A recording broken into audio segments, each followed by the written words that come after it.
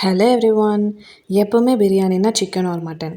No, this time fish biryani. எப்படி செய்யறதுன்னு பார்த்துடலாமா? ஃபர்ஸ்ட் 1 கிளாஸ் பாஸ்மதி ரைஸ் ஊற வச்சுக்கலாம். நெக்ஸ்ட் ஃபிஷ் ஃப்ரைக்கு எப்பவுமே மசாலா கூட் பண்ணுற மாதிரி மிளகாத்தூள், உப்பு and fish fry masala add பண்ணிவிட்டு தாராளமாக ஆயில் விட்டு ஃப்ரை பண்ணிக்கலாம். பிகாஸ் இதே ஆயில் தான் நம்ம பிரியாணி செய்கிறதுக்குமே யூஸ் பண்ண போகிறோம். ஓகே, நான் பிரியாணி பேன் எடுத்துக்கிட்டு fish fried oil and 1 spoon கொஞ்சம் ஆயில் விட்டு பிரியாணி ஸ்பைசஸ் பட்டை, கிராம்பு, ஏலக்காய் ஆட் பண்ணிவிட்டு அண்டு 3 பச்சை மிளகாவும் ஆட் பண்ணி நல்லா ஃப்ரை பண்ணிக்கலாம். இது கொஞ்சம் லைட்டாக சாட்டே ஆனதும் இதில் 1 பிக் சைஸ் ஆனியன் நல்லா ஃப்ரைனாக சாப் பண்ணி வச்சுருக்கேன், அதையும் இதோட ஆட் பண்ணிக்கலாம்.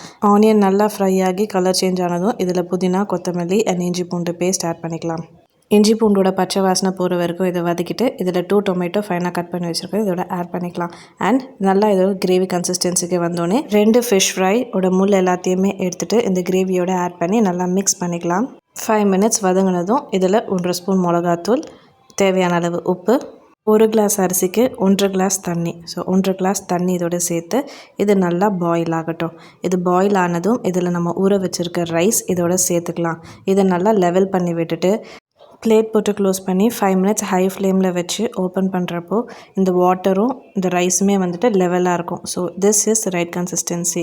நான் ஃப்ரை பண்ணி வச்சுருக்க 2 ஃபிஷ் பீசஸ் இது மேலே வச்சுட்டு பிளேட் போட்டு க்ளோஸ் பண்ணி 15 மினிட்ஸ் ஸ்லோ ஃப்ளேமில் குக் பண்ணலாம். நான் ஸ்டவ் ஆஃப் பண்ணிவிட்டு ஒரு 15 to 20 மினிட்ஸ் தம் வச்சு எடுத்தீங்கன்னா பிரியாணி இஸ் ரெடி.